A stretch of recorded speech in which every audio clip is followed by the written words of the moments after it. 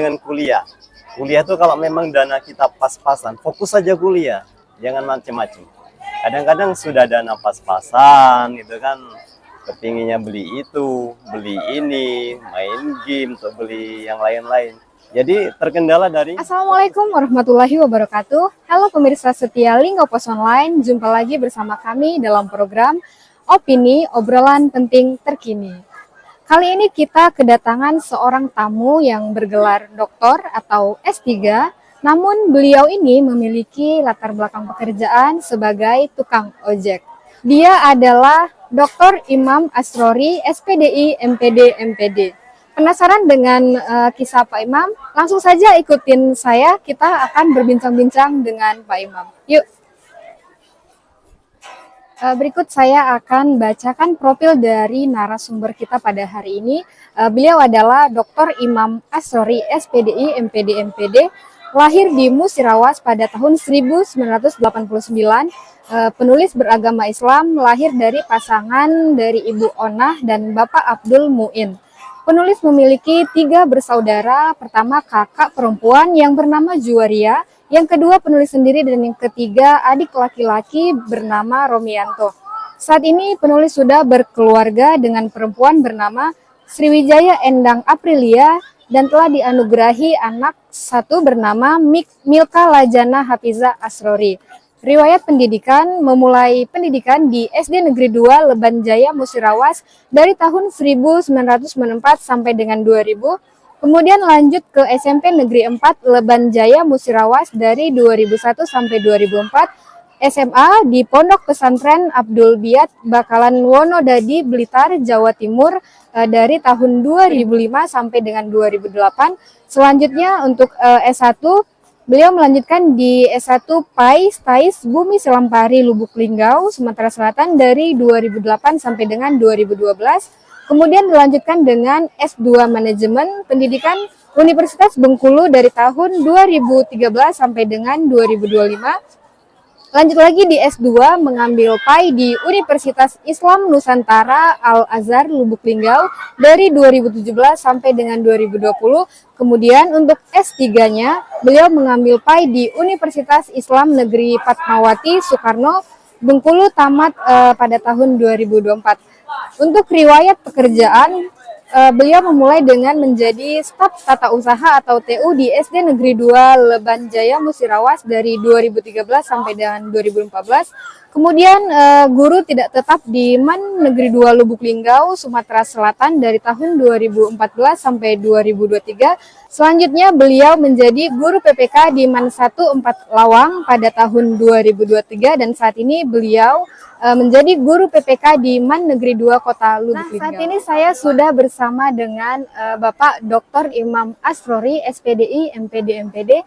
Kita akan langsung berbincang-bincang sama beliau. Halo Pak. Iya. Apa kabarnya nih Pak? Alhamdulillah. Baik. Alhamdulillah Pak ya. Ini Pak, jadi apa sebenarnya yang melatar belakangi Bapak hingga nekat kuliah sampai S3 atau doktor gitu Pak? Ya, baik. Yang pertama, pendidikan itu adalah yang terpenting dalam kehidupan. Dengan pendidikan tuh bisa berubah menjadi lebih baik lagi. Ya, motivasinya untuk mengapa sih senang dengan sekolah, mencari ilmu, itu kalau untuk saya secara pribadi gitu kan, hal positifnya tuh lebih banyak dibandingkan dengan yang hal-hal yang di luar gitu kan. Nah itu karena dampak dari pendidikan itu sendiri ya, Pak ya. Dari pendidikan itu sendiri memang luar biasa. Jadi dengan semangat yang ada, Bapak pun berusaha kalau bisa ke jenjang pendidikan yang lebih tinggi kayak gitu Pak ya. Iya, mumpung waktu kesempatan itu masih ada, jadi kita ambil saja kan gitu. Nah, tadi seperti yang kita bilang, katanya Bapak ini, Bapak katanya tukang ojek Pak ya? Iya. Bener nggak sih tukang ojek atau jangan-jangan anak toke nih Bapak nih? Tidak. Memang kita ojek asli, tapi kita startnya yang paling banyak itu malam, habis sholat isya. Nah itu kan kita ngojek, kalau sudah malam itu kan sangat jarang sekali ada ojek gitu kan. Kebanyakan ojek-ojek kalau untuk sekarang tuh online ini kan, ada Grab, ada Maxim. Jadi kita manual, jadi tidak pakai aplikasi. Nah, dari situ alhamdulillah rezekinya lebih ada gitu kan kalau malam, karena pesaing ojek untuk malam itu sangat jarang. Oke. Dan menekuni ojek ini dari sejak tahun 2014 memang sudah menekuni ojek, nah gitu. Jadi memang benar Bapak ini sembari kuliah, Iya. kerja juga, pekerjaannya juga sebagai tukang ojek Pak ya.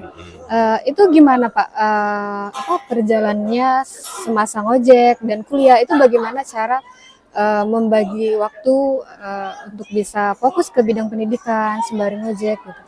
Iya. Kita kan honor kurang lebih berjalan 10 tahun. Dari 2014 sampai dengan kemarin berakhir di tahun 2023, alhamdulillah kan terangkat jadi tes P3K, alhamdulillah bagus. Jadi kurang lebih 10 tahun kita honorer. Untuk membagi antara kuliah dengan bekerja sebagai honor, terus ngojek. Nah, selama ini kan kita ada waktunya daring kuliah itu, ada waktunya memang offline kita tatap muka. Jadi di dalam 2 minggu sekali itu ada tatap muka 2 hari. Jadi kita ambil efisiensi waktunya, di waktu ngajar kita minta rapati waktu 4 hari. Jadi untuk Jumat Sabtunya kita ke Bengkulu. Nah, kalau untuk rutinitas ojeknya memang kalau memang tidak ada jam kuliah, pasti kita ojek, nah gitu. Karena untuk memenuhi kebutuhan pendidikan, karena kita tidak beasiswa, dia sendiri. Oh, kan jadi gitu. kuliah dari S1, S2 2 kali sampai S3 itu biaya sendiri Pak? Dia sendiri. Eh, apakah biayanya dari maaf, ojek tadi Pak atau bagaimana? Ya, sebagian besar karena kita mengambil itu apanya nih, sampelnya itu dari ojek, karena memang yang saya rasakan yang terbesar memang dari ojeknya itu sendiri. Karena pendapatan rutin itu sekitar 40 sampai dengan 50 itu rutin pasti dapat, setar dari habis isya, nanti jam 10 kita istirahat, kita sambung lagi di pagi itu kan orang-orang mau pergi ke pasar, itu jam 3 sampai dengan subuh, nah gitu. Jadi alhamdulillah dapatlah sekitar 50. Dari situ kita tabung untuk nanti setiap semesteran itu kita bayar SPP gitu. Wow. Untuk SPP atau biaya kuliah sendiri rasanya cukup besar Pak ya. Bagaimana cara Bapak untuk menyukupi biaya pendidikan dengan pekerjaan Bapak? Kalau ojek memang ditabung khusus untuk bayar kuliah. Nah gitu kan ada kami jualan-jualan seperti keripik, ada keripik pisang, gitu kan, ada keripik ubi, kita ambil dari Mirasi, nanti kita jual dengan guru-guru. Kalau memang siswanya mau minat, ya kita jual dengan siswa. Tapi kebanyakan pemilihnya adalah guru-guru. Guru. Oh, jadi juga ada usaha yang lain di samping tadi Pak ya. Anda sudah menjadi PPK. Itu bagaimana ceritanya Pak? Bisa akhirnya diangkat menjadi P3K? Iya. Dari jalur pengabdian, terus data itu masuk di database, data online. Nah, itu kan ternyata memang dari jalur pengabdian. Tapi tesnya tetap tes gitu kan. Banyak kawan-kawan juga yang belum dapat atau belum lulus. Jadi dengan prosesi tersebut, alhamdulillah dapat di tahun 2023. Itu. 2023 sampai sekarang. Iya. Berbicara mengenai perjuangan Pak, perjuangan apa yang telah Bapak tempuh hingga bisa lulus kuliah sampai S3 sampai sekarang ini gitu Pak? Ya, perjuangan luar biasa. Motivasi dari kawan-kawan gitu. Pokoknya kawan-kawan seluruhnya apresiasi, sungguh luar biasa.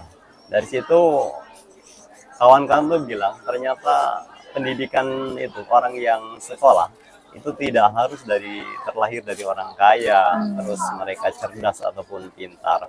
Di situ siapa yang ingin punya kemauan, ternyata ada saja jalan gitu kan. Kalau untuk keyakinan saya secara pribadi, setiap orang punya rezeki masing-masing, siapapun itu pasti punya rezeki masing-masing.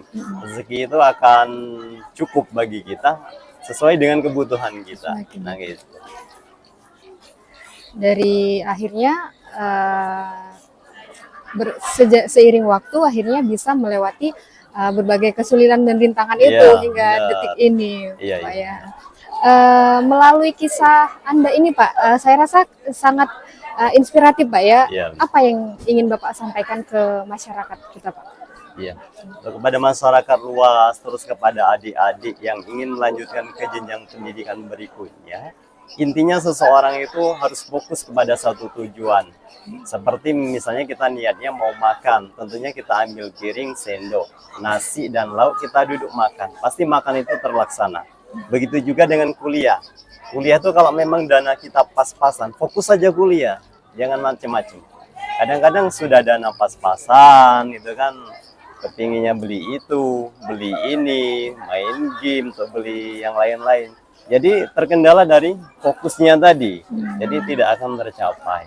Nah, untuk kepada masyarakat motivasinya, kalau memang punya cita-cita tidak ada sesuatu yang tak mungkin kalau memang diniatkan dalam hatinya ingin meraih cita-cita tersebut.